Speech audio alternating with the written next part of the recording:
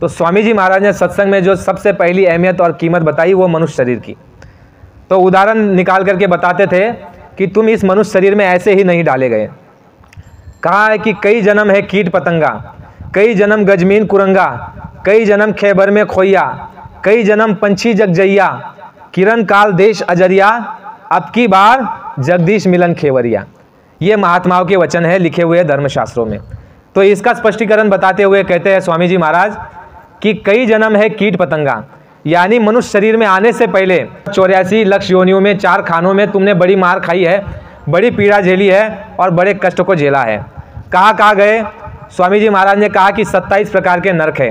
27 प्रकार के नरकों में तुम काटे गए, सड़ाए गए, गलाए गए, पीटे गए और अनंत तुमको यातनाएं दी गई, तरह तरह की तुमको यातनाएं वहाँ भुगताने के बाद स्वामी जी महाराज ने कहा 27 नरकों में से निकालने के बाद महात्माओं ने कहा कि उसके बाद लक्ष 84 यानी 4 खानों में डालना शुरू किया। अब 4 खाने कैसे कैसे बताए? यह जो है एक आप देखते हो स्थावर योनि, यानी स्थावर योनि कहते हैं ये जो पेड़, ये पौधे आप देख रहे हो, ये जो आप पेड़ देख रहे हो, ये बड़े बड़े वृक्ष देख रहे हो, ये स्थावर योनि है, यानी ये लक्ष 84 की योनि है स्थावर योनि। स्वामी जी महाराज ने कहा इसमें तुम डाले गए और इसमें जो है कई उम्र तुमको जो है उसमें डाला गया। जैसे आप वट देखते हो, वट तो 10,000, 15,000, 20,000 ऐसी उसकी उम्र है। तो ऐसे अनगिनत तुमको जो है उस स्थावर योनि में, पेड़ों में, पौधों में डाल करके जो है तुमको वहाँ पर यातनाएं दी गई। उसके बाद गुरु महाराज ने कहा स्थावर में एक तत्व है, उसमें से निकालने के बाद आपको जो है उखमज में डाला गया। उखमज कहते हैं कीड़े मकोड़ों को, कीड़े मकोड़ों में आपको डाला गया और उसमें से निकालने के बाद और स्वामी जी महाराज ने कहा कि 2, 4, 10 साल, 15 साल, 20 साल नहीं, लाखों लाख वर्ष उसमें रहना पड़ा। स्थावर में से निकालने के बाद दूसरे जेल खाने में डाला गया उखमज में। उखमज में से जब निकाला गया तो स्वामी जी महाराज ने कहा कि तुमको अंडज में डाला गया।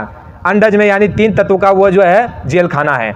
स्थावर में 1 तत्व है और आपके उखमज में 2 तत्व है और ये आपका जो अंडज है उसमें 3 तत्व है।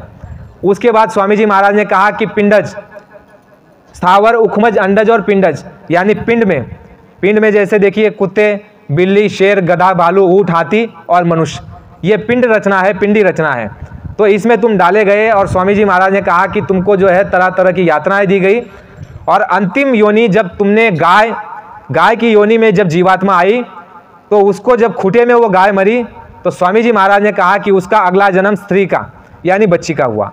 वो आपके घर में बच्ची बन करके और आपके घर में देवी बन करके उसने जन्म लिया और आखिरी 84 योनि में बैल बन करके जो आया और खूंटे में ही वो जब मरा, उसके बाद स्वामी जी महाराज ने कहा कि उसका अगला जो जन्म हुआ वो लड़के का हुआ, यानी वो बच्चे के जन्म में उसका अवतार हुआ। परंतु स्वामी जी महाराज ने कहा कि अगर बैल और गाय में आते हुए ही अगर उसका कत्ल हो जाए, यानी अगर उसको कसाई खाने में बेच दिया जाए और कसाई उसको मार दे, गाय को और बैल को, तो स्वामी जी महाराज ने कहा कि बैल और गाय ये दोनों प्रेत योनि में चली जाती है और प्रेत योनि में उतना समय वो काटेगी जितना समय उसको जो है उस योनि में रहना था। तो स्वामी जी महाराज ने कहा कि जैसे वो प्रेत योनि उसकी समाप्त होगी तो वह जो है मनुष्य जन्म में आएंगे। गाय थी तो वो बच्ची बनेगी और जो बैल था वो आपका जो है आपके घर में लड़का बन करके आएगा। और प्रेत योनि की आई हुई जीवात्मा स्वामी जी महाराज ने कहा कि वह आपका जो है आदेश का पालन नहीं करेगी, वो आपके घर में माँ बाप का कहना नहीं मानेगी, वो बच्चे उदंड हो गए, वो अपने माँ बाप का, बड़े बुजुर्गों का लिहाज नहीं करेंगे, वो गुरुजनों का आदर नहीं करेंगे, क्योंकि वो प्रेत योनि में जाकर के वो जीवात्माएं आई है। तो इसीलिए हमारे धर्मशास्त्रों में महात्माओं ने जो है गाय की पूजा और बैल की पूजा जो है उसको प्रधानता दी और सभी महापुरुषों ने कहा कि गाय की सेवा करनी चाहिए, बैल की सेवा होनी चाहिए। इसलिए महात्माओं ने जो है गौशाला भी बनाई ताकि उसमें जो है कसाई के पास गाय ना जाए और महात्माओं के गौशाला में रहने के समय पे गायों में और बैलों में अच्छे संस्कार पड़े और वही जीव जो है संगत में यानी लोगों के घर में जन्म लेने के बाद वह जो है अच्छे नेक और सदाचारी और सद्विचारी वह जीव पैदा होते हैं। तो स्वामी जी महाराज ने कहा कि जब आपको नरकों की यातना और 84 की यातना भोग करके जब आपको मनुष्य शरीर में डाला गया तो ऐसे नहीं। गुरु महाराज ने कहा कितनी मार खा करके ये जीव आया है, नरकों की मार, 84 की मार और 84 लक्ष योनि। गुरु महाराज ने कहा कि एक योनि नहीं, 84 लाख योनि।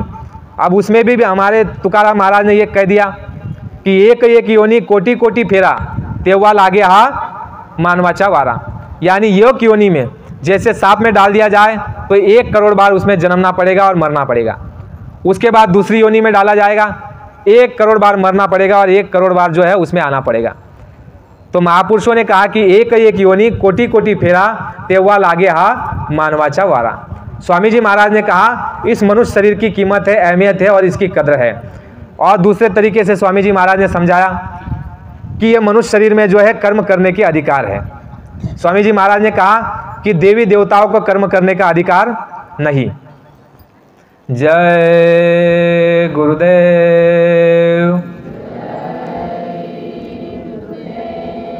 ये जितनी भी रचना आप देख रहे हो 3 लोक 14 भुवन की, स्वामी जी महाराज ने कहा कि उसमें सर्वश्रेष्ठ अगर कोई योनि है, कोई शरीर है, तो वह आपका ये मनुष्य शरीर है।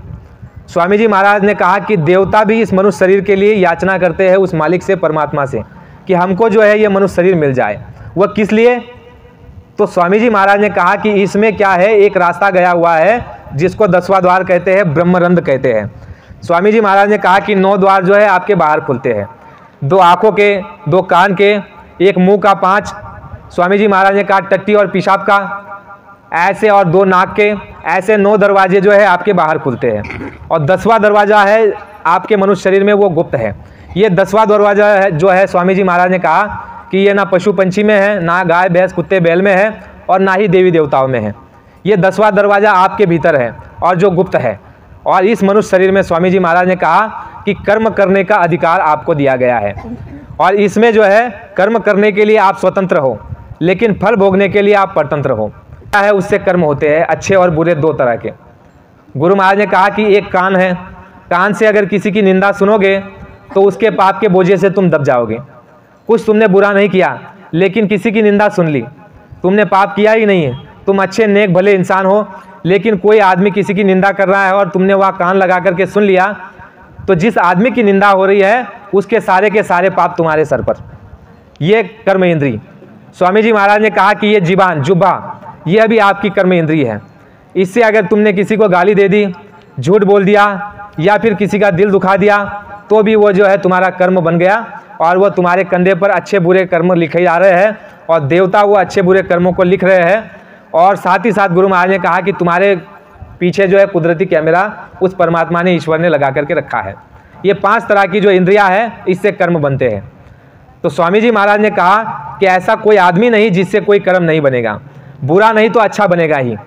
इसलिए गुरु महाराज ने कहा, महापुरुषों ने कहा कि दोनों कर्म जो है वह बेड़िया है। महापुरुषों ने स्पष्ट शब्दों में कहा है कि अगर पुण्य करोगे तो सोने की बेड़ी है, और पाप करोगे तो लोहे की बेड़ी है। तो महापुरुषों ने कहा कि तीसरे रास्ते को अपनाओ। कैसा? परमार्थ को, ना पाप ना पुण्य, परमार्थ के रास्ते को करो।